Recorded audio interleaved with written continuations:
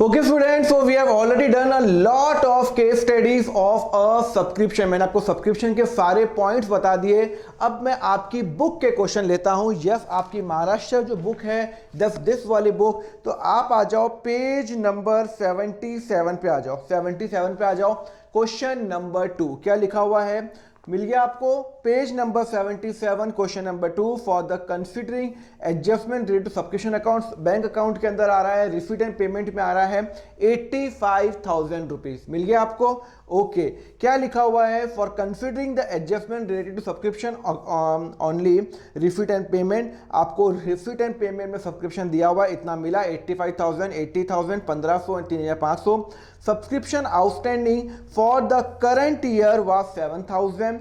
Outstanding subscription for 2016 and 17 was 2,000. Subscription received in advance during the last year was 8,000. देखो, अब आपको लग रहा होगा सर कितना डिफिकल्ट है। मैंने आपको तरीका बता दिया, सबसे सिंपल। क्वेश्चन नंबर कौन सा क्वेश्चन है, क्वेश्चन नंबर 2, पेज नंबर, आप देखो पेज नंबर ऊपर नीचे हो सकता है, पेज नंबर 77। क्लियर है। चलो, लिखा हुआ है फॉर कंसिडरिंग एडजस्टमेंट। तो सबसे पहले मैं क्या बनाऊंगा, सब्सक्रिप्शन अकाउंट बनाऊंगा। मैं बनाऊंगा सब्सक्रिप्शन अकाउंट 100%। सारे क्वेश्चन के अंदर आपको सब्सक्रिप्शन अकाउंट ही बनाना है। There is no other way, कोई अल्टरनेटिव वे नहीं है। सब्सक्रिप्शन अकाउंट आपको बनाना ही पड़ेगा। क्लियर है। ओके, और सब्सक्रिप्शन अकाउंट में क्या क्या आता है, टू आउटस्टैंडिंग सब्सक्रिप्शन। देखो, सब्सक्रिप्शन आपको बता चुका हूं, मेरी इनकम है तो वो यहां पे आएगी टू आउटस्टैंडिंग, जो मुझे लेना है लोगों से, टू सब्सक्रिप्शन बिगनिंग ओपनिंग। चलो ओपनिंग लिखते हैं इसको, ओपनिंग। ओके, और यहां पे आएगा बाय आउटस्टैंडिंग सब्सक्रिप्शन, मुझे लोगों से पैसा लेना है क्लोजिंग। एसेट का हमेशा बैलेंस क्या होता है, क्रेडिट सॉरी डेबिट बैलेंस ही होता है, तो डेबिट साइड ज्यादा क्रेडिट साइड कम। ओके, सिमिलरली एडवांस यहां पे आएगा बाय एडवांस सब्सक्रिप्शन ओपनिंग। क्या है, ओपनिंग। ओपनिंग क्या है, और यहां पे आएगा टू एडवांस सब्सक्रिप्शन क्लोजिंग। क्या आएगा, क्लोजिंग। यहां पे आएगा ओपनिंग, ओपनिंग, ठीक है ना। यहां पे क्या आएगा, ओपनिंग, और यहां पे क्या आएगा, क्लोजिंग। ठीक है। आउटस्टैंडिंग सब्सक्रिप्शन ओपनिंग यहां पे, क्लोजिंग यहां। एडवांस मतलब मुझे पहले से दे दिया तो लायबिलिटी है, तो लायबिलिटी का ओपनिंग बैलेंस क्या होता है, फटाफट रिवाइज करवा रहा हूं। हमेशा एसेट का ओपनिंग बैलेंस यहां आता है, क्लोजिंग यहां आता है। बैंक का यहां पे आता है, फर्नीचर का यहां पे आता है, तो एसेट का भी ओपनिंग यहां पे, क्लोजिंग यहां। Outstanding subscription is an asset account, advance subscription is an liability account, तो लायबिलिटी का ओपनिंग बैलेंस यहां पे आता है, क्लोजिंग बैलेंस यहां पे आता है। क्लियर है। अच्छा, जब पैसे मिलेंगे तो एंट्री करते हैं, bank account debit to subscription करते हैं, तो यहां पे आएगा बाय बैंक अकाउंट। आपको पहले ही बता चुका हूं, बाय बैंक अकाउंट, जितना पैसा मिला, और जो बैलेंसिंग फिगर होती है वो जाती है income and expenditure account. Clear है, बहुत सिंपल है। हमें बनाना है इनकम एंड एक्सपेंडिचर अकाउंट। चलो बनाओ इनकम एंड एक्सपेंडिचर अकाउंट। कौन से साल का बनाना है sir, for the year ended. कौन से साल का बनाना है सर, बनाना है 31 मार्च का, तो 31 मार्च 2018। चलो ये हो गया और ये हो गया। क्लियर है। रुपीस यहाँ पे इनकम आती है, आपको पता है, यहाँ पे मेरा एक्सपेंडिचर आता है, और यहाँ पे आपको पता है यहाँ पे आएगा सब्सक्रिप्शन, जो एक इनकम आएगी। अब मुझे पता नहीं है कि यहाँ पे कौन सी इनकम आएगी, तो आप ये वाला अकाउंट बनाओगे। चलो अकाउंट बनाओ, बहुत ही सिंपल है। जो जो इंफॉर्मेशन दे रखी है वो पहले मैं भर देता हूँ। पहली बात, मुझे रिसीट एंड पेमेंट में दे रखा है, मुझे टोटल 85 मिले। सर 80 इस साल के मिले, अभी नहीं, कितने मिले, 85, तो ये वाली फिगर भरो, 85,000। कितने मिले टोटल सर, टोटल मिले मुझे 85,000, तो बैंक अकाउंट में 85,000 आ गया। ओके, उसके बाद बोलता है outstanding subscription for the current year is 7,000। Okay, outstanding subscription for 16 and 17 last year का। भाई अभी कौन सा साल चल रहा है, अभी चल रहा है 1 अप्रैल 2017 से लेके 31 मार्च 2018, ये वाला साल मेरा चल रहा है। ठीक है, वो बोल रहा है लास्ट ईयर मेरा आउटस्टैंडिंग कितना था, 2000, मतलब मेरा ओपनिंग 2000, मेरा ओपनिंग 2000, बोलता है इसके पहले 2000 रुपए आउटस्टैंडिंग था। क्वेश्चन बोल रहा है ना आउटस्टैंडिंग सब्सक्रिप्शन फॉर द 2016-17, पुराना आउटस्टैंडिंग कितना था 2000, पुराना 2000 था, तो इसका मतलब ओपनिंग है, मतलब मुझे पुराने साल का साल भर पुराना मुझे 2000 रुपए लोगों से लेने थे। यहां तक समझ में आया। Subscription receive in advance during the last year of 8000, last year मुझे 8000 एडवांस मिल गया था, मतलब मेरी लाइबिलिटी बन गई थी, कितना है, तो ओपनिंग बैलेंस कितना बन गया 8000। बात समझ में आ रही है। कुछ क्वेश्चन में कुछ नहीं है, सिर्फ वर्ड्स का गेम है, इंग्लिश का ही गेम है, इसके अंदर अकाउंट का कुछ रोल नहीं है, सिंपल अप्लाई करो जो माइंड बोल रहा है। क्या बोल रहा है, पैसे कितने आए टोटल, क्या लास्ट ईयर के इस साल को अगले बार कुछ मैटर नहीं करता, इतने आए।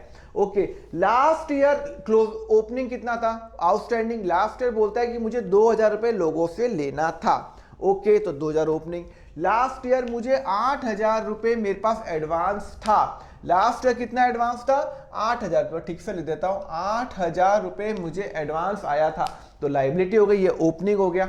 अच्छा, अब मुझे यहाँ पे क्लोजिंग और ये कुछ दिया हुआ है क्या सर, देखते हैं ना सर। चलो, यहां लिखा हुआ है सब्सक्रिप्शन आउटस्टैंडिंग, पहला adjustment, subscription outstanding for the current year is ₹7000।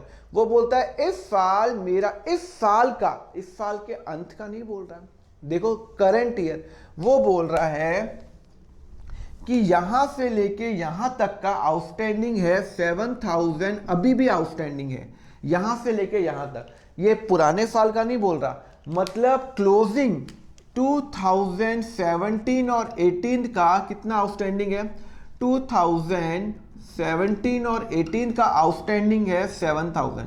देखो ध्यान रखो, वो ये नहीं बोल रहा कि इस डेट पे कितना आउटस्टैंडिंग है, मैं आपको बता चुका हूं, इन दोनों में फर्क बता चुका हूं। अगर ये एज ऑन डेट बोलता है, इसका मतलब है इसमें सारे आउटस्टैंडिंग इंक्लूड है। मतलब अगर आप आज मुझे बोलो, मुझे सपोज करो 10 बच्चों से फीस लेनी है, एक बच्चे की फीस है लेट सपोज 5000 रुपए, तो मुझे 50,000 रुपए लोगों से निकालने हैं, तो वो एज ऑन डेट है। पर उस 10 में से 3 ने इस साल ज्वाइन किया, 7 ने उस साल ज्वाइन किया, तो 3 इंटू 15,000 इस साल का है, 15,000 इस साल का है, 35,000 इस साल का। आपको समझा चुका हूं मैं कि मतलब यहां पे कितना आउटस्टैंडिंग है, यहां कितना आउटस्टैंडिंग है, यहां पे ये बता रहा है इस साल का कितना आउटस्टैंडिंग है। डिफरेंस समझ में आया, मतलब इस साल कितना आउटस्टैंडिंग है, इस साल का, इस साल के अंत में नहीं। अगर मैं आपको पूछूं आप आज आपको कितने रुपए लेने हैं लोगों से, तो आप बोलोगे मुझे सर 1 लाख रुपए लोगों से लेने हैं, एज ऑन डेट मुझे 1 लाख रुपए लेने हैं। अब मैं आपको दूसरा क्वेश्चन पूछूं, 1 लाख तो देखो एज ऑन डेट 31 मार्च को लेने हैं, बट इस साल कितने लोगों ने तेरे को पैसे नहीं दिए, तो वो बोलेगा इस साल मुझे 40,000 लोगों से पैसे लेने हैं, और 1 साल पुराने लोगों से मुझे 60,000 बाकी है, मतलब 60,000 मेरे पुराने बाकी है बैलेंस, और 40,000 इस साल नए हो गए, मतलब टोटल 1 लाख रुपए। तो 2 स्टेटमेंट हो गई है। आज की डेट पे कितने बाकी है भाई, आज की डेट पे मुझे तो 1 लाख रुपए लेने हैं। ओके, ये हो गया। दूसरा क्वेश्चन, भाई आज की डेट पे आपको 1 लाख रुपए लेने हैं, मैंने मान लिया, पर इस साल कितने हैं, इस साल सर 40,000 ही है, तो 40,000 यहाँ पे, बाकी के 60 है यहाँ पे। तो वो बोल रहा है इस साल, इस क्वेश्चन में बोल रहा है 7000 आउटस्टैंडिंग है, बता रहा है, तो यहाँ पे इनर कॉलम में आएगा, आउटर कॉलम में नहीं आएगा। यहाँ पे हमेशा आता है एज ऑन डेट, तो करंट ईयर का बोल रहा है 7000 आउटस्टैंडिंग है। ओके, फिर बोल रहा है कि सर ये तो हो गया सब्सक्रिप्शन रिसीव, रुको, लास्ट ईयर कितना आउटस्टैंडिंग था सर, लास्ट ईयर आउटस्टैंडिंग था 2000 रुपए, मुझे लोगों से 2000 रुपए लेने थे और लोगों ने नहीं दिए। ओके, तो लास्ट ईयर 2000 रुपए आउटस्टैंडिंग था, क्या लास्ट ईयर का इस साल कुछ पैसा आया क्या सर, ये कैसे मालूम चलेगा, रिसीट एंड पेमेंट देखो कुछ दिया हुआ है क्या, हाँ सर रिसीट एंड पेमेंट में दिया हुआ है 85,000 में से मुझे लास्ट ईयर के 1500 मिल गए, लास्ट ईयर के 1500 मिल गए, मतलब मुझे लास्ट ईयर लोगों से 2000 रुपए लेना था। ओके, यहाँ पे उसमें से मुझे 1500 मिल गए, इसका मतलब है 500 अभी भी आउटस्टैंडिंग है, पुराना मेरा भाई, मुझे बहुत पुराने 2000 रुपये लोगों से लेने बाकी थे, और इस साल रिसीट एंड पेमेंट में मेरा लेफ्ट साइड में डेबिट साइड में 1500 रुपये आ गए। मतलब पुराने 1500 आए ना, देखो ना 16-17 का 1500 आ गए, मतलब मुझे अभी 500 और लेने बाकी है, मुझे 500 और लेने बाकी है। तो इसका मतलब है 2016 और 17 का 500 लेने बाकी है। तो यहाँ पे आ जाएगा आपका 7500। कैसे? इस साल मुझे लोगों से 7000 लेने हैं, पुराना हिसाब 2000 का था, उसमें से 1500 रिसीट एंड पेमेंट में आ गया, तो मतलब 500 और बाकी है, तो 500 यहाँ 500 यहाँ, तो टोटल हो गया मेरा 7500। कितना हो गया? 7500। क्लियर है? कंसेप्ट क्लियर हुआ? चलो ये भी हो गया। अब हमें अगर ये फिगर मिल जाए तो मेरी ये वाली फिगर ऑटोमेटिक निकल जाएगी। अब ये फिगर कैसे निकालूं? बहुत सिंपल है। देखो क्या लिखा हुआ है, इस साल मुझे अगले साल का 3500 मिला। और कहाँ लिखा हुआ है? देखो ना, 85,000 जो मुझे इस साल मिले उसका ब्रेकअप दिया हुआ है। 85,000 का मुझे ब्रेकअप दिया हुआ है कि 2016 और 17 का 1500, 2017 और 18 का 80,000, और 2017 और 18 का 18 और 19 का नेक्स्ट ईयर का 3500। मतलब नेक्स्ट ईयर का 3500। पर सर ये भी तो 8000 मिला हुआ है, ये तो ओपनिंग है। वो बोल रहा है इस साल मुझे 3500 मिले नेक्स्ट ईयर के, तो नेक्स्ट ईयर के ये, तो इस साल का फर्क कहाँ जाएगा? इस साल का ऑटोमेटिकली एडजस्ट हो गया भाई। 11th क्लास, मैं 12th क्लास लेता हूँ, 11th क्लास ने 12th क्लास की फीस दी, वो एडजस्ट कर दी, और इस साल मुझे सीए की भी फीस मिल गई, मैं 12th पढ़ा रहा हूँ ना इस साल, तो वो यहाँ पे आ जाएगा। अगले साल का लाइबिलिटी है, मुझे लोगों को सर्विस देनी है, तो वो आपका बता रहा है 85,000 को हमने 3 में डिवाइड किया, 80,000, 1500, 3500, 85,000 जो टोटल मिला वो यहाँ पे। लास्ट ईयर का मुझे 1500 मिला, 2000 रुपये मुझे मिलने बाकी थे, 1500 एडजस्ट किया, 500 मिलने बाकी है। अच्छा, इस साल मुझे अगले साल का 3500 मिल गया, 3500। पर सर ये 8000 में ऐड क्यों नहीं कर रहे हो? आपके मन में आ रहा होगा डाउट, अरे क्यों ऐड करूंगा? ये लास्ट ईयर मुझे 8000 रुपये एडवांस मिला था, वो इस साल एडजस्ट हो गया ना, अब तो ये एडवांस है। अगले साल का एडवांस कितना है वो मुझे देखना है। अगले साल का एडवांस आया 3500 रुपये। अब हमें क्या करना है? डिफरेंस फिगर निकालनी है। 8000 plus 85,000 plus 7500 is equal to यहाँ पे आ रहा है आपका 1,05,000 माइनस 2000 माइनस 3,500 सर 95,000। कितना आ रहा है? 95,000। और ये मेरा हो गया बैलेंसिंग फिगर। तो यहाँ पे आ जाएगा सब्सक्रिप्शन आ जाएगा 95,000 और ये मेरा जाएगा वर्किंग नोट के अंदर। क्लियर है? 95,000 मुझे लोगों से लेने हैं। सॉरी, मेरी इस साल की इनकम है, मतलब मेरी इनकम कहाँ जाएगी? यहाँ जाएगी। ये मेरा बैलेंसिंग फिगर निकलेगा to income and expenditure account, और ऑटोमेटिकली यहाँ पे 95,000 रुपीज़ ही जाएगा। अब सर एक बार एक काम करो, लगे हाथ तो आप बैलेंस शीट भी बना दो। ठीक है भाई, बैलेंस शीट बना देते हैं। कब मना किया मैंने? लो भाई बैलेंस शीट बना देते हैं। ये हमारी बन गई बैलेंस शीट एज ऑन 31/3/2018। लो भाई बना दी। Asset liability. चलो बताओ भाई बताओ, चलो कहाँ क्या जाएगा? सर 1 मिनट, ये और ये का तो मतलब ही नहीं, क्लोजिंग ही जाता है। आउटस्टैंडिंग कितना है? लोगों से 7,500 लेने हैं, 7,500। तो यहाँ लिखेंगे आउटस्टैंडिंग सब्सक्रिप्शन ले लेंगे 7,500। 2016 और 17 का 500, 2017 और 8 का 7,000 रुपये बाकी है, मुझे लोगों से लेने हैं, मेरा एसेट है। एडवांस कितना है? सर एडवांस सब्सक्रिप्शन है, एडवांस सब्सक्रिप्शन कितना है भाई? सर एडवांस सब्सक्रिप्शन है मेरा 3,500, ये वाला। ये मुझे लोगों को सर्विस देनी बाकी है। उन्होंने सीए की फीस भी दे दी, मुझे सीए की सर्विस उनको देनी बाकी है।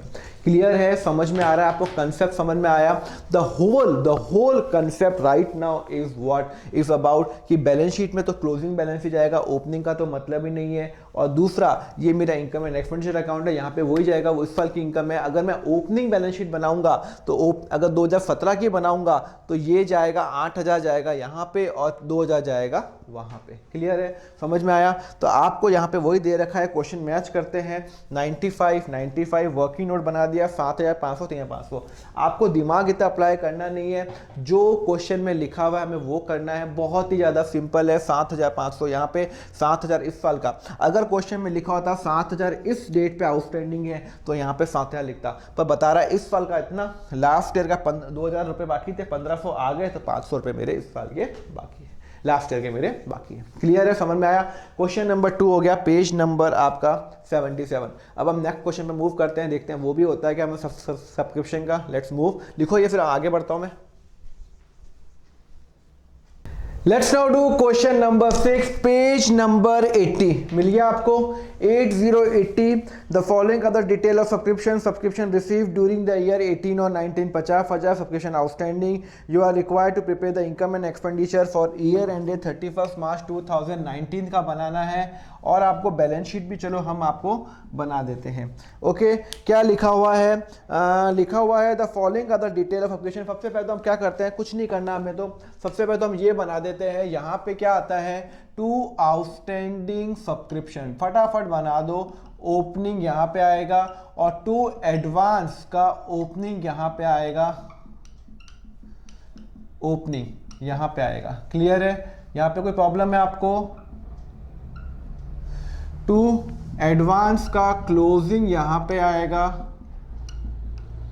और बाय आउटस्टैंडिंग, क्या चीज? By outstanding advance subscription, by outstanding, हाँ, by outstanding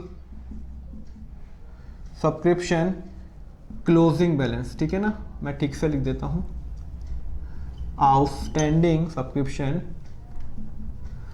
closing balance. Clear है, चलो यहाँ पे क्या आएगा, बाय बैंक अकाउंट आएगा, हाँ, और यहाँ पे क्या आएगा, to income and expenditure account. आपको पता ही है, income and expenditure account. Clear है, चलो स्टार्ट करें। सब्सक्रिप्शन अकाउंट है, ओपनिंग आपका ये है, क्लोजिंग आपका ये है, आउटस्टैंडिंग का एडवांस का ओपनिंग ये है, और क्लोजिंग क्या है, ये है बैंक अकाउंट और इनकम एंड एक्सपेंडिचर अकाउंट। बहुत ही सिंपल है, और आपको इनकम एंड एक्सपेंडिचर अकाउंट बना दिया 19 और 19 का, एसेट और लायबिलिटी वाला बना दिया। देखते हैं क्या क्या इन्फॉर्मेशन है, जो इन्फॉर्मेशन है वो हम भरते रहते हैं, धीरे धीरे भरेंगे। The subscription received during the year, बोलता है इस साल मुझे 50,000 रुपये मिले, तो भाई लिख दो 50,000 रुपये।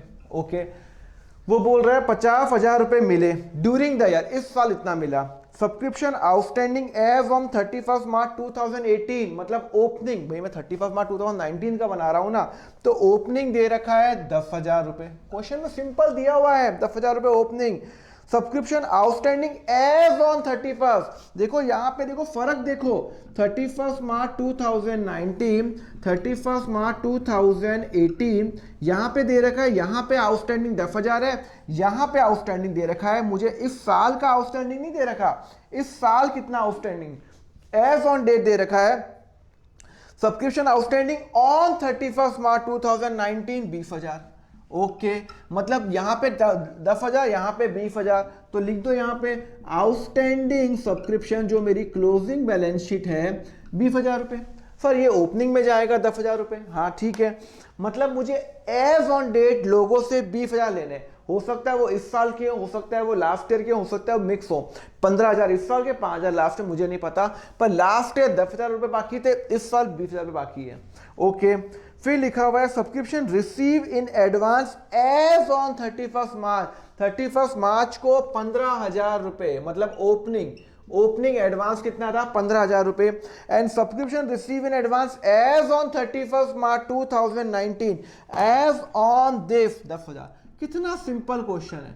अब बच्चे बोलते हैं फिर डिफिकल्ट आते हैं क्वेश्चन, अरे क्या डिफिकल्टी है, एज ऑन, इस ये हमेशा एज ऑन होगा, as on this, as on, चारों आपको एज ऑन दे रखे हैं, ये दे रखा है, ये दे रखा है, ये दे रखा है, ये दे रखा है, ये ओपनिंग होता है, ये क्लोजिंग होता है, ये ओपनिंग होता है, क्लोजिंग होता है, ये एसेट होता है, तो ओपनिंग डेबिट बैलेंस यहाँ जाएगा और क्रेडिट बैलेंस यहाँ जाएगा, कुछ है ही नहीं इस क्वेश्चन के अंदर। ओके, अब क्या निकालना है, बोलता है आपको इनकम एंड एक्सपेंडिचर। रुको पहले मैं एडवांस यहाँ डाल देता हूँ, एडवांस सब्सक्रिप्शन कितना है सर 10,000 रुपये, ये मुझे लोगों को सर्विस देनी है, क्लोजिंग यहाँ जाएगा। ओके, अब आपको क्या करना है, 15,000, 50,000, 20,000, सर टोटल हो गया 85,000 और यहाँ पे माइनस 20,000, फिर टोटल हो गया 65,000 और ये आप निकाल दो बैलेंसिंग फिगर।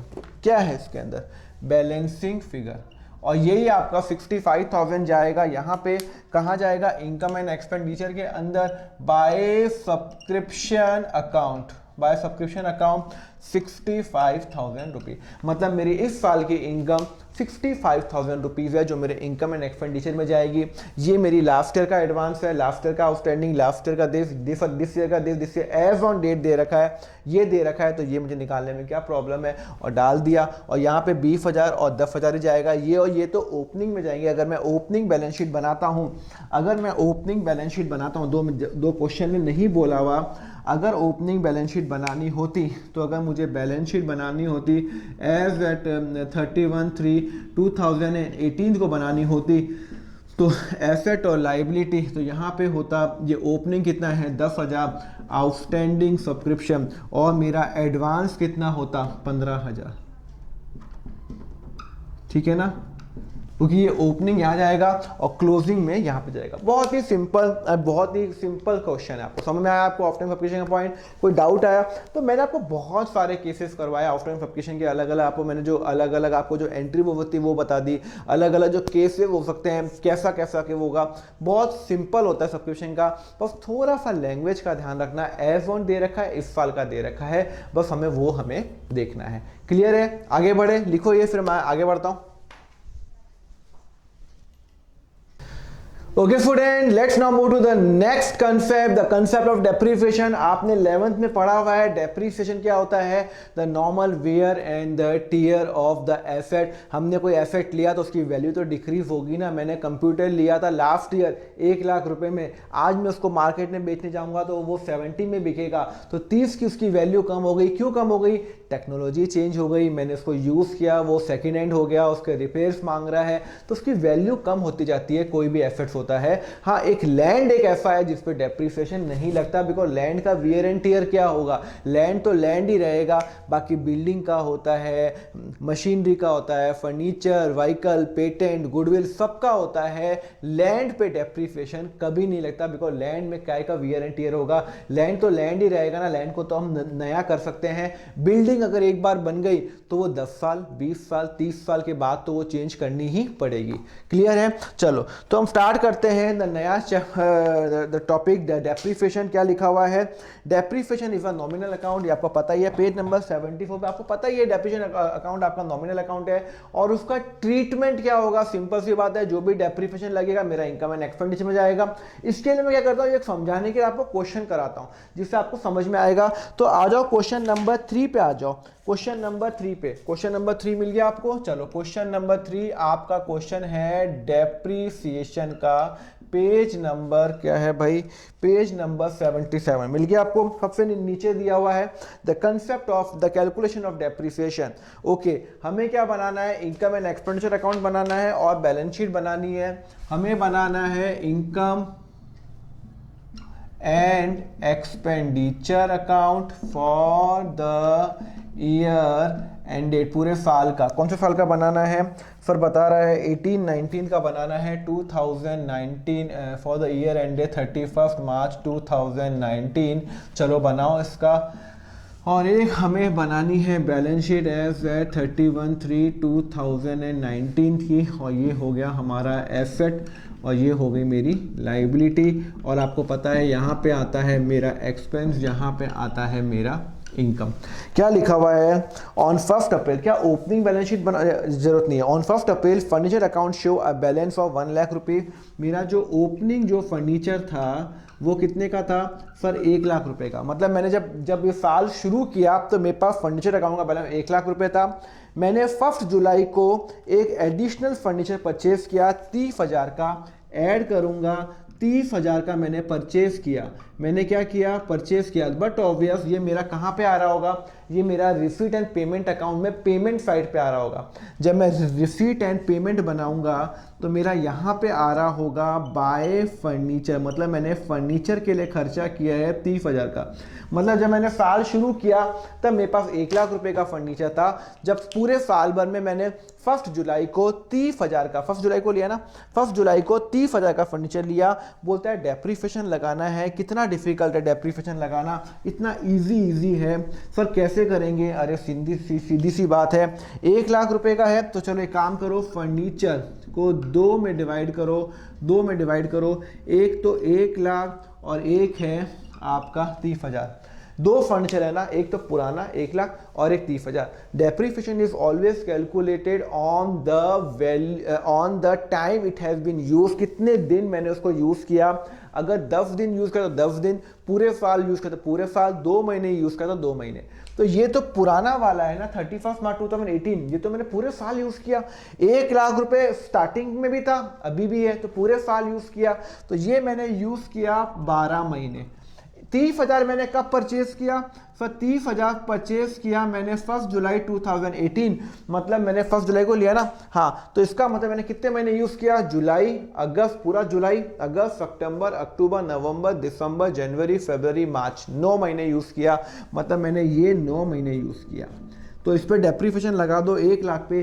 क्या लिखा हुआ है डेप्रीफिकेशन का रेट? क्या लिखा हुआ? 12%। तो 1,00,000 पे 12% डेप्रीफिकेशन लगाया, कितने महीने यूज किया? 12/12। सीधी सी बात है, पूरे साल का लगेगा तो कितना आएगा सर? 12,000 रुपये। और 30,000 को मैंने कितने महीने यूज किया? 30,000 पे 12% डेप्रीफिकेशन लगा, कितने महीने यूज किया? 9/12, 9 महीने। अगर ये पूरे साल का है तो डिवाइडेड बाय 12 किया तो 1 महीने का, 9 महीने यूज किया, कितना आया फिर? 30,000 into 12% into 9 divided by 12, sir 2,700 रुपये।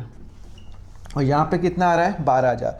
मतलब 12,000 प्लस 2,700, 14,700। तो यहाँ पे मैं लिखूंगा डेप्रीसिएशन 14,700, 12,000 प्लस 2,700। और यहाँ पे लिखूंगा लेस डेप्रीसिएशन 14,700। ठीक है ना? तो 1,30,000 माइनस 14,700, 1,15,300 मेरा आंसर।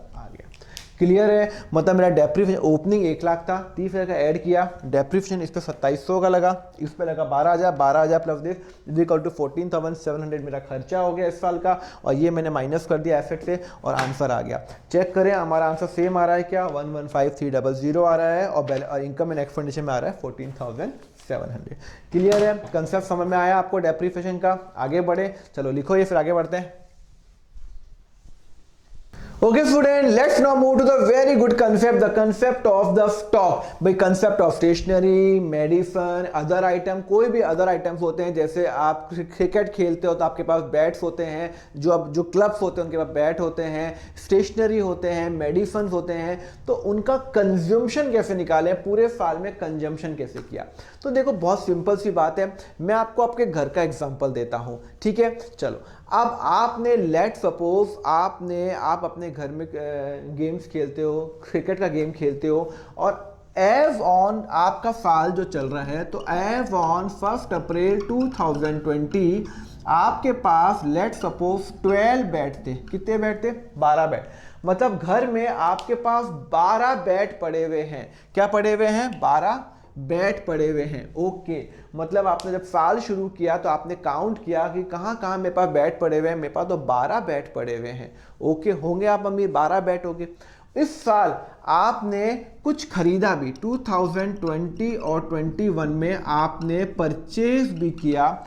लेट सपोज आपने 3 बैट खरीदे। कितने बैट खरीदे? 3 बैट खरीदे, 3 बैट और खरीदे।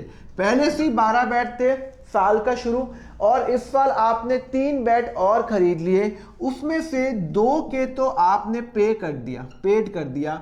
It can be in cash और बैंक, कोई प्रॉब्लम नहीं है। और 1 का पे नहीं किया तो ये आउटस्टैंडिंग हो गया। मतलब नॉट पेड। मतलब आपने 12 बैट आपके ओपनिंग थे, इस साल में पापा मम्मी ने आपको 3 बैट दिलाए, 2 का पापा मम्मी ने पेमेंट कर दिया, 1 का पापा मम्मी ने कहा बाद में पेमेंट करेंगे, तो टोटल 3 बैट के पैसे मेरे बाकी हैं। अरे 3 बैट मैंने इस साल खरीदे। तो साल खत्म हुआ, आपके पास कितने बैट होने चाहिए? सर मेरे पास होने चाहिए 15 बैट। भाई अगर आप साल खत्म हुआ तो आपके पास कितने बैट होने चाहिए? 15 बैट। भाई 12 ओपनिंग था जब आपने स्टार्ट किया था, 3 बैट आपने खरीदे, आपके पास होने चाहिए 15 बैट। आपने काउंट किया 15 नहीं है आपके पास, 15 में से 7, हाँ आपके पास सिर्फ 7 बैट हैं। कितने बैट हैं? आपने काउंट किया क्लोजिंग बैट जब 31 मार्च 2021 को काउंट किया, आपके पास सिर्फ 7 बैट बाकी हैं। मतलब आपने घर पे काउंट किया किधर है, ये रूम में 1 पड़ा है, ये रूम में 2, टोटल हमारे पास 7 बैट है। तो मेरा क्वेश्चन आपसे ये है, पूरे साल भर में आपने कितना बैट कंज्यूम किया, कितने बैट खराब हो गए? कितने बैट निकाल नहीं सकते क्या? साल जब शुरू किया था सर मेरे पास 12 बैट थे, इस साल पापा मेरे 3 दिलाए, 2 के पैसे दिए, 1 के पैसे नहीं दिए, उससे क्या फर्क पड़ता? 3 बैट तो खरीद लिए ना, तो 15 होने चाहिए, पर हमने काउंट किया तो 7 ही है। ओहो, इसका मतलब है 15 माइनस 7, मतलब मेरे पास 8 बैट मैंने कंज्यूम किया है। क्या किया है? मैंने कंज्यूम किया है, मतलब 8 बैट मैंने कंज्यूम किया है। इस साल मैंने 8 बैट मैंने खराब कर दिए, क्योंकि मेरे पास मेरे 12 बैट ओपनिंग थे, 3 पापा मैंने दिलवाए, 15 हो गए, पर 15 में से 7 ही बचे हुए हैं। इसका मतलब है 8 बैट कहाँ गए? 8 बैट खराब हो गए, टूट फूट गए। तो इसका मतलब है टोटल आपने कंज्यूम कितना किया है? 8 बैट किया है। कंसेप्ट समझ में आया? तो ये जो कंजम्पशन है, ये अगर सपोज करो एक है, 100 रुपये का एक बैट है, तो 800 रुपये कहाँ जाएगा? 800 रुपये कहाँ जाएगा? ये जाएगा आपका income and expenditure, because income and expenditure में वही जाता है जितना आपका खर्चा हुआ। इस साल आपका खर्चा ये नहीं हुआ, 3 इंटू 100 300 नहीं हुए, नहीं, आपका कितना कंजम्पशन हुआ, कितना आपका वेस्ट हुआ? सर 800। तो 800 कहाँ जाएगा? सर 800 जाएगा वहाँ पे, ठीक है ना, 800 जाएगा इनकम एंड एक्सपेंडिचर में। ये 7 बैट कहाँ जाएंगे? आपने क्लोजिंग बैट काउंट किए थे, ये एक बैट सपोज करो 100 रुपये का है, तो 7 बैट ये जाएगा आपका बैलेंस शीट के अंदर 31/3/2021 के अंदर एसेट साइड में। क्यों? अरे एसेट में कितना पड़ा हुआ है, मतलब मेरे पास कितना पड़ा हुआ है। अगर हम क्लोजिंग बैलेंस निकालेंगे तो क्लोजिंग बैलेंस में हमारे पास पड़ा हुआ है 7 बैट, एक बैट 100 रुपये का, तो 700 रुपये का बैट मेरे पास एसेट पड़ा हुआ है। जब आप ओपनिंग बैलेंस शीट बनाएंगे तो ओपनिंग बैलेंस शीट में ये जाएगा, ये मेरा ओपनिंग बैलेंस शीट में जाएगा 31/3/2020 के एसेट में। जब आप ओपनिंग बैलेंस शीट बनाएंगे तो 12 बैट आपके एसेट साइड में जाएंगे। क्लियर है? तो आपको जब क्लोजिंग बनाएंगे तो 7 बैट इंटू 100 700 रुपये, और यहाँ पे आपका 8 इंटू दिस, ये आपका कंजम्पशन हो गया। बट सर एक बात बताओ, ये कहाँ यूज़ होगा आपके क्लब्स में? ये यूज़ होता है क्लब्स में यूज़ होता है, ये यूज़ होता है सोसाइटी में यूज़ होता है। भाई सोसाइटी का भी तो स्टॉक होता है ना, जब स्पोर्ट्स के लिए बच्चों के खेलने के लिए बैट खरीदा, बच्चों के खेलने के लिए फुटबॉल की बॉल खरीदी, ओपनिंग बॉल 12 थी, 3 और खरीदी, 15 बॉल होनी चाहिए, पर काउंट की तो 7 ही बॉल निकली, तो इसका मतलब है 8 बॉल मैंने ख़राब कर दी, इस साल वो मेरा खर्चा हो गया। क्लियर है? मेडिसन है, हॉस्पिटल बना रखा है आपने चैरिटी के लिए, और चैरिटी के हॉस्पिटल के लिए आपके पास ओपनिंग मेडिसन 1 लाख रुपए की थी, आपने इस साल 20,000 की मेडिसन और की, 15 का पेमेंट किया, 5 का पेमेंट नहीं किया, और बाकी का जो है आपने काउंट किया 1,20,000 मेडिसन होनी चाहिए, आपने काउंट किया कि 80,000 ही है, इसका मतलब है 40,000 आपने कंजम्पशन कर दिया। क्लियर है? तो इसमें इंपॉर्टेंट पॉइंट क्या है कि हमें जितने हमने खरीदे, क्या हमने पे किया हो या हमने पे नहीं किया हो, ये तो हमारा ऐड होगा ही होगा। ओके, क्लियर है? अच्छा, और ये जो 3 बैट में से जो एक बैट पे नहीं किया, ये मेरा क्लोजिंग बैलेंस शीट में लाइबिलिटी में जाएगा, क्योंकि मुझे इसका पेमेंट करना बाकी है। सपोज करो ये 100 रुपये का है एक बैट, तो 1 इंटू 100 रुपये मेरा बैलेंस शीट में लाइबिलिटी में जाएगा कि मुझे पे करना है। और ये जो 2 रुपये पेड है, ये आपका रिसीट एंड पेमेंट में आएगा। कहाँ आएगा? ये आपका पेमेंट साइड में आएगा। क्लियर है, सबका ट्रीटमेंट हो गया। अभी काम करते हैं, ऐसे समझ में नहीं आएगा आपको, मैं पहले आपको इसका फॉर्मूला लिखवा देता हूं और उसके बाद हम इसका क्या करते हैं, क्वेश्चन करते हैं। क्लियर है, चलो अब हम क्या लिखेंगे, फॉर्मूला लिखेंगे। एक फ्रेश पेज लो, कुछ है ही नहीं, कॉमन सेंस ही है कि ये फॉर्मूला मैंने आपको लिखवा रहा हूँ, दो इसकी लिखवाने की जरूरत नहीं है मुझे। सर क्यों जरूरत नहीं है, क्योंकि कोई रिक्वायरमेंट ही नहीं, आपको आता है ये, आप खुद अपने घर पे ये रोज करते ही हो ना। आपको पापा में पूछेंगे कितना कंजम्पशन किया तो आप बता नहीं सकते क्या, तो आप क्या लिखोगे, ओपनिंग लिखो, opening stock add purchase, cash में परचेस किया या बैंक में परचेस किया, एड परचेस आउटस्टैंडिंग मतलब नॉट पेड, जो मैंने पे नहीं किया वो यहां पे आएगा, less closing stock, less closing stock 30 year end पे कितना मेरे पास पड़ा हुआ है वो, तो ये आ जाएगा आपका consumption and it will go to consumption of stock and it will go to income and expenditure account. ये आपका जाएगा इनकम एंड एक्सपेंडिचर अकाउंट में, ये वाला फिगर जाएगा, जो भी फिगर आ रही है। क्लियर है, अगर मेरे पास ओपनिंग में 100 थे, मैंने खरीदे 30 और मेरे पास 80 बचे हुए हैं, 30 खरीदे नहीं, 20 मैंने खरीदे कैश में, 10 नहीं खरीदे, सॉरी 10 मैंने खरीदे क्रेडिट के अंदर, मैंने पैसा नहीं दिया, तो 130 माइनस 80 तो 50 मैंने कंजम्पशन किया और 50 जाएगा मेरा इनकम एंड एक्सपेंडिचर अकाउंट के अंदर। क्लियर है, और ये कहाँ जाएगा, ये जाएगा क्लोजिंग स्टॉक जाएगा आपके बैलेंस शीट के अंदर, क्लोजिंग में जाएगा, ये मेरा जाएगा ओपनिंग के अंदर, ये मेरा जाएगा रिसीट एंड पेमेंट के अंदर, ये मेरा जाएगा बैलेंस शीट के अंदर, क्लोजिंग के अंदर एसेट, और ये मेरा ये मेरा लायबिलिटी और ये मेरा एसेट में जाएगा। क्लियर है, चलो क्वेश्चन करते हैं। हो सकता है कि आपको थोड़ा बहुत कन्फ्यूजन हो रहा हो, तो हम क्या करेंगे, हम तो इसका क्वेश्चन करेंगे और देखते हैं कि हमसे ये वाला पॉइंट जो है, जो क्या कहते हैं, जो स्टेशनरी का पॉइंट है वो होता है क्या। तो आप आ जाओ क्वेश्चन नंबर 1 पे आ जाओ। क्वेश्चन नंबर 1 पेज नंबर 76 मिल गया आपको। क्वेश्चन नंबर 1 पेज नंबर 76 पे है आपका क्वेश्चन। हाँ, क्या दिया हुआ है, इलस्ट्रेशन, ट्रीटमेंट ऑफ स्टेशनरी दे रखा है, बैलेंस शीट दे रखी है और रिसीट एंड पेमेंट दे रखा है, आउटस्टैंडिंग दे रखा है।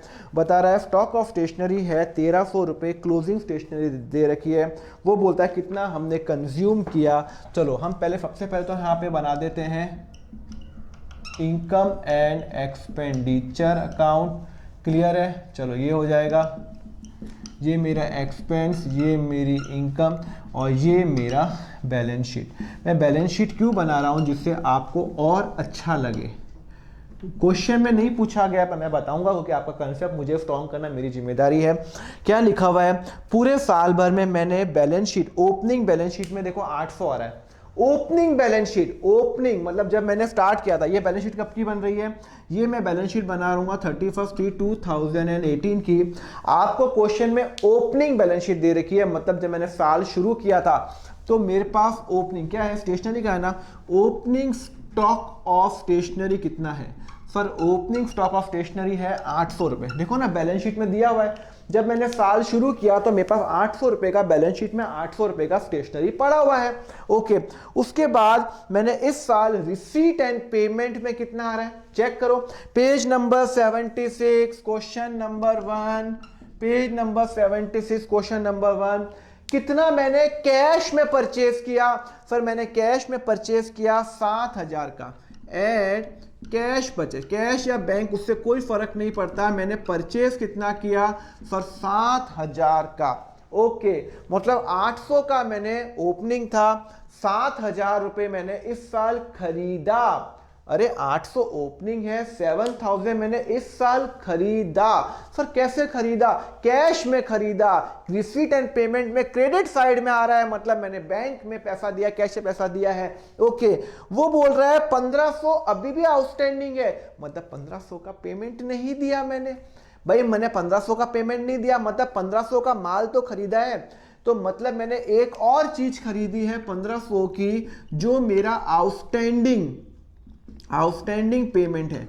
सर इसमें इंक्लूड नहीं है 7,000 में? नहीं, मैंने 8,500 का माल खरीदा है पूरे साल में, 7,000 का तो मैंने पैसा दे दिया क्योंकि रिसीट एंड पेमेंट तो बैंक अकाउंट ही तो होता है, कैश अकाउंट ही तो होता है, पेमेंट दे दिया। 1,500 का पेमेंट नहीं दिया, खरीदा तो सही ना मैंने, मतलब मेरे पास स्टॉक में तो भाई मेरे द मोमेंट मैं खरीदता हूँ मेरे यहाँ पे आ जाता है। तो 7,000 प्लस 1,500 कितना हो जाएगा? 8,500। अब मैंने साल के अंत में देखा मेरे पास कितनी स्टेशनरी बची, कितने पेपर, कितने स्टेपलर्स, कितने पिन्स पड़ी हुई है, सारी स्टेशनरी चेक किया। वो बोलता है मेरे पास 1,300 की स्टेशनरी बची हुई है, 1,300 की स्टेशनरी है। क्लोजिंग स्टेशनरी कितना है? क्लोजिंग स्टेशनरी लेस करता हूं जो मैं आपको बता चुका हूं, क्लियर है? ये मैं लेस करूंगा और जो आएगा वो लेस करूंगा, मतलब मेरे पास इतना होना चाहिए। मेरे पास ओपनिंग 800 था स्टेशनरी का, इस साल मैंने 8,500 का लिया। 8,500 प्लस 800 कितना होता है सर? 8,500 प्लस 800 होता है 9,300 का होना चाहिए, पर मेरे पास मात्र 1,300 रुपए का पड़ा हुआ है, मतलब 8,000 का मैंने कंजम्पशन कर दिया। 8,000 कंजम्पशन कर दिया। तो इनकम एंड एक्सपेंडिचर में मेरा जो स्टेशनरी कंज्यूम आएगा, मैंने कितना कंज्यूम किया? 8,000, क्योंकि इस साल तो मेरा खर्चा 8,000 का ही हुआ ना। सर खर्चा तो 8,500 का हुआ ना? नहीं, अभी तो मेरा इस साल मेरा बर्बाद कितना हुआ? 8,000 का। अब ओपनिंग में तो 800 आ रहा है, क्लोजिंग में क्या आएगा? 1,300। क्लोजिंग स्टेशनरी कितना है सर? 1,300। ये मेरा एसेट है, मेरे पास अभी भी वो स्टेशनरी पड़ा हुआ है पूरा। जब वो खत्म हुआ, क्या कहते हैं, जब मेरा पूरा ये साल खत्म हुआ तो मैंने नोट किया मेरे पास कितने की स्टेशनरी पड़ी हुई है। सर मेरे पास 1,300 की स्टेशनरी पड़ी हुई है, तो 1,300 मेरा क्लोजिंग स्टॉक में एसेट में जाएगा। ओके, और मुझे 1,500 रुपए किसी को देने बाकी है, 1,500 रुपए किसी को देने बाकी हैं, तो यहां पे नहीं जाएगा। आउटस्टैंडिंग स्टेशनरी एक्सपेंस कितना? सर 1,500 रुपए देने हैं, तो बैलेंस शीट पे 1,500 जाएगा। क्लियर है? 800 ओपनिंग में आ चुका, 1,500 इस साल के पेमेंट, 1,500 मुझे इस साल देने हैं, 7,000 रिसीट एंड पेमेंट में आ गया, 1,300 इस साल की स्टेशनरी है। सर ये याद नहीं हो रहा, याद क्यों करना? कंसेप्ट अप्लाई करो ना। या जो मेरे पास स्टॉक पड़ा है, स्टेशनरी पड़ा हुआ है, 1,300 की स्टेशनरी पड़ी है, 1,300 की यहाँ पे आएगी। मेरे पास 800 का ओपनिंग है, तो ओपनिंग है। मैंने इस साल 7,000 प्लस 1,500 का खरीदा, एक इसका पेमेंट नहीं दिया 1,500, तो 1,500 मेरा आउटस्टैंडिंग है। ये माइनस किया मैंने, क्योंकि मेरे पास इतना होना चाहिए, इतना ही है, तो इसका तब इतना खराब हो गया। जो खराब हो गया वो इनकम एंड एक्सपेंडिचर में, एक्सपेंडिचर अकाउंट के अंदर चला गया। क्लियर है? समझ में आया आपको? क्लियर है? क्वेश्चन नंबर 1 भी हमारा होगा। क्वेश्चन नंबर 1 जो ट्रीटमेंट ऑफ द स्टेशनरी है, पेज नंबर 76। यही कंसेप्ट हम मेडिसिन में अप्लाई करेंगे, स्पोर्ट्स इक्विपमेंट में, जिस चीज में मैं डील कर रहा हूं इस चीज में मैं अप्लाई करूंगा। ये नॉर्मली यूज होते हैं सारे जितनी भी सोसाइटी होती है, जिम्स जो एनपीओ के जिम्स होते हैं, सोसाइटी के क्लब्स होते हैं, स्पोर्ट्स क्लब होते हैं, उन सब में वो ये यूज होता है। लाइब्रेरी में यूज होता है। ओपनिंग बुक इतनी थी, इतनी खरीदी, इतनी मैंने खरीदी, इतनी मैंने इनके पैसे नहीं दिए, इतने मेरे क्लोजिंग बचे हुए। क्लियर है? चलो आगे बढ़े। ये कंसेप्ट हुआ, लिखो आगे, फिर आगे बढ़ता हूं। Let's now move to the next adjustment, the adjustment related to donation. This is a very very important adjustment, donation. ये डोनेशन क्या होता है? डोनेशन होता है, सपोज करो कि मैंने कोई एनपीओ चालू किया, मेरी लेट सपोज मैंने कोई स्कूल चालू किया, ठीक है, मैं स्कूल हूँ, मैं चैरिटेबल स्कूल है और मैं बच्चों को फ्री में पढ़ाता हूँ। फ्री में मतलब मैं उनसे 100 रुपये या 200 रुपये फीस लेता हूँ मंथली, जितना मेरा खर्चा आता है फीस लेता हूँ, ना कि मैं मंथली 10,000 रुपीज़ या 20,000 रुपये लेता हूँ। मैं जो लेता हूँ जितना मेरा नॉर्मल खर्चा आता है एक बच्चे पे। तो मेरा चैरिटेबल मैंने स्कूल खोला हुआ है एनपीओ का। नाउ अब मैंने स्कूल खोला हुआ है, तो कुछ लोग होते हैं जिनके पास बहुत पैसा होता है, तो वो बोलते हैं कि हम आपको डोनेट कर रहे हैं। क्या कर रहे हैं? डोनेट कर रहे हैं, मतलब वो स्कूल को पैसा डोनेट कर रहे हैं। ओके, तो अब मैं हूं स्कूल, मुझे कोई पर्सन ने, भाई होता ना कि लोग या ये तो कि ये जो स्कूल अच्छा काम कर रहा है, लोगों को पढ़ा रहा है, क्यों ना हम इसको डोनेट करें और लोगों को पढ़ाएं। तो कुछ लोगों ने मुझे डोनेट किया। अब डोनेशन 2 टाइप के होते हैं, एक होता है जनरल डोनेशन और एक होता है स्पेसिफिक डोनेशन। पहले मैं जनरल डोनेशन की बात करता हूं। जनरल डोनेशन होता है आपने मुझे 1 लाख रुपए दिया डोनेशन। क्या दिया? 1 लाख रुपए डोनेशन दिया। तो मैं हूं स्कूल, मुझे 1 लाख रुपए डोनेशन है और आपने मुझे कहा कि जो मर्जी चाहे करो 1 लाख रुपए से। आपको तो 1 लाख रुपए देने थे डोनेशन कि आपको अपना अच्छा काम करना था कि मैं तो इसके 1 लाख रुपए दे रहा हूं, अब आप उससे कुछ भी करो। क्या आप उससे स्कूल में एनुअल फंक्शन करो, या बच्चों को फ्री में लंच दो, या बच्चों को फ्री में पेन दो, बुक्स दो, जो मर्जी चाहे करो, कुछ कंडीशन नहीं है। तो अगर ये जनरल डोनेशन है जिसमें कोई कंडीशन नहीं है तो it will go to income and expenditure account. और बट ऑब्वियस मेरी ये इनकम हो जाएगी। क्या हो जाएगी? ये मेरी इनकम हो जाएगी। तो जब मैं इनकम एंड एक्सपेंडिचर अकाउंट बनाऊंगा, जब मैं इनकम एंड एक्सपेंडिचर अकाउंट बनाऊंगा तो आपको पता है दो होते हैं, एक होता है इनकम और एक होता है मेरा एक्सपेंस। तो यहाँ पे जो आएगा डोनेशन जो मुझे मिला वो 1 लाख रुपए, 1 लाख रुपए मेरी इनकम। सर इनकम क्यों मानोगे? अरे आपने मुझे 1 लाख रुपए दिया, मुझे आपको कुछ वापस देना है क्या? कुछ नहीं देना, तो मेरी तो इनकम हो गई 1 लाख रुपए। आपने कोई कंडीशन रखी क्या कि इसके लिए यूज करना? नहीं, आपने कहा कुछ भी यूज करो 1 लाख रुपए। तो इसको मैं बोलता हूं जनरल डोनेशन, या फिर सिंपल बोलूंगा डोनेशन। क्वेश्चन में सिंपल लिखा हुआ है डोनेशन और कुछ नहीं लिखा हुआ तो हम एज्यूम करेंगे, अगर कुछ नहीं लिखा हुआ तो वो जनरल डोनेशन है। 1 लाख रुपए मुझे मिला और 1 लाख रुपए मैं कहां लेके जाऊंगा? मैं लेके जाऊंगा अपने इनकम एंड एक्सपेंडिचर में। इनकम, ये मेरी इनकम है ना, मैं एंट्री क्या करूंगा? मैं एंट्री करूंगा, सपोज करो आपने मुझे कैश किया तो cash account debit to donation, मुझे कैश में मेरा आएगा डोनेशन, तो कैश इंक्रीज हो गया, डोनेशन लायबिलिटी का पार्ट हो गया। नो, डोनेशन मेरी इनकम हो गई, तो नॉमिनल अकाउंट मानूंगा और इसको इनकम मानूंगा। यहां तक समझ में आया? तो अगर जनरल डोनेशन। अब आया दूसरा डोनेशन। दूसरा डोनेशन पर कौन सा होगा? जहां पे आपने मुझे डोनेशन दिया, आपने मुझे लेट सपोज 5 लाख रुपए दिए। क्या दिए? 5 लाख रुपए दिए कि, और वो बोला कि ये लेट सपोज कि दीपक आप इस डोनेशन को सिर्फ और सिर्फ एक नई बिल्डिंग बनाने में यूज करोगे। क्या यूज करोगे? नई बिल्डिंग। आपने कंडीशन डाल दी, आपने मुझे डोनेशन 5 लाख रुपए दिया, हाँ दिया, पर आपने कहा कि सिर्फ और सिर्फ बिल्डिंग बनेगी इस डोनेशन से।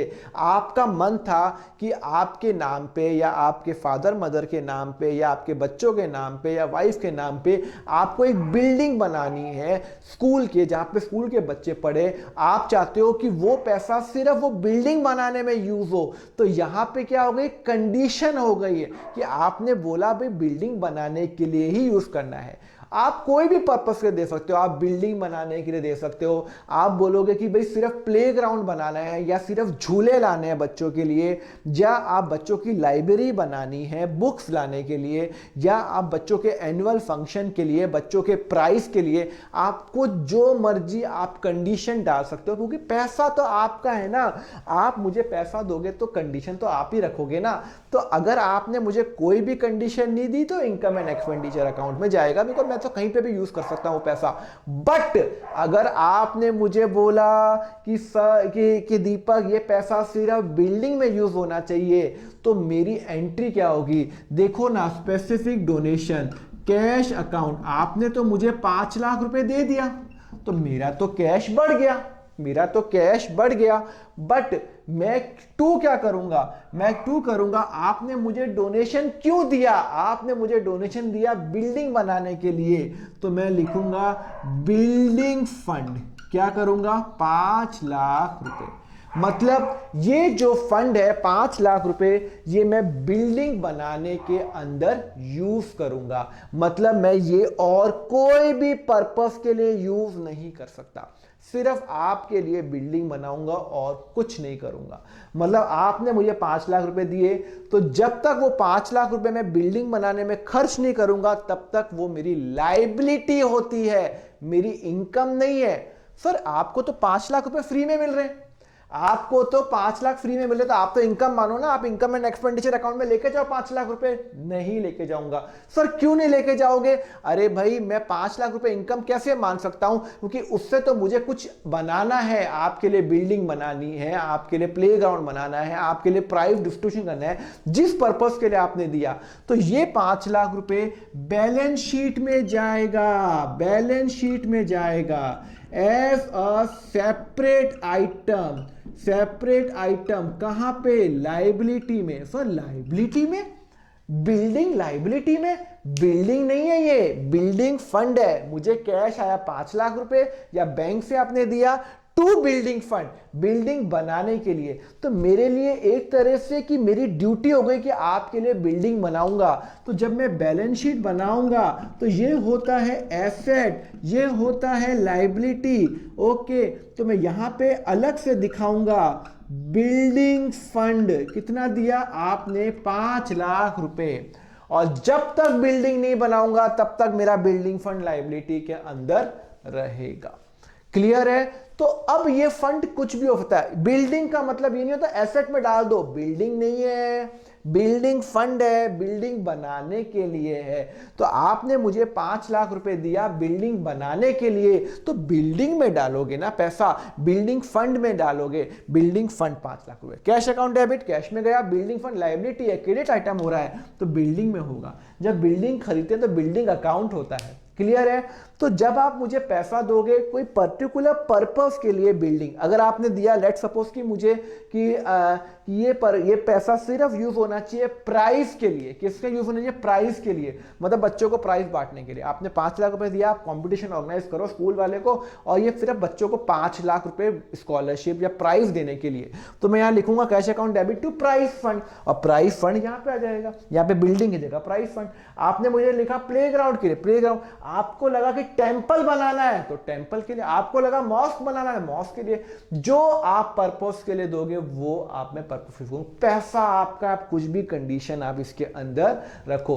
तो इसलिए मैं क्या यूज करता हूं, जब भी मैं स्पेसिफिक पर्पस के लिए करूंगा तो मैं क्या करूंगा, यहां करूंगा। और जब मैं कोई पर्टिकुलर कोई पर्पस यहां पे करूंगा, और जब जनरल डोनेशन होगा तो मैं क्या करूंगा, यहां करूंगा, जहां पे कोई कंडीशन नहीं है। एक छोटा सा क्वेश्चन करते हैं, फिर हम अगले कंसेप्ट पे मूव करते हैं।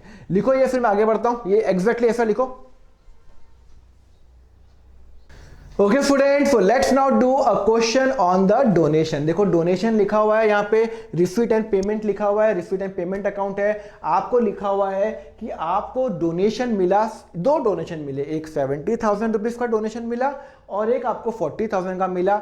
एक जो 70,000 का डोनेशन मिला उसमें लिखा हुआ है, कुछ नहीं लिखा हुआ, कुछ नहीं लिखा हुआ, डोनेशन लिखा हुआ है। और एक आपको मिला 40,000 का डोनेशन, जिसपे लिखा हुआ है डोनेशन फॉर प्राइज। आपको प्राइज के लिए मिला है, मतलब प्राइज डिस्ट्रीब्यूशन के लिए। मैं स्कूल हूं, किसी ने मुझे 40,000 रुपए दिया कि बच्चों को प्राइज बांटने के लिए 40,000 रुपए, तो ये हो गया आपका जनरल डोनेशन। तो अगर आप जब इनकम एंड एक्सपेंडिचर अकाउंट बनाओगे, इनकम एंड एक्सपेंडिचर अकाउंट बनाओगे फॉर द ईयर एंडेड, कुछ भी आप साल होगा, तो आपकी ये इनकम और ये आपका एक्सपेंस, आपको 70,000 रुपये, 70,000 रुपीज मिल गए। कुछ भी करो तो यहां डाल दो बाय डोनेशन, कुछ कंडीशन है ही नहीं ना, एडजस्टमेंट में कुछ लिखा हुआ है, तो 70,000 यहां पे, और बाकी का 40,000 रुपीज, इसमें तो कंडीशन डाल दी उन्होंने। जहां पे कंडीशन डाल दी, आपने बैलेंस शीट बनाया, लेट सपोज 31/3/2020 की बैलेंस शीट बनी,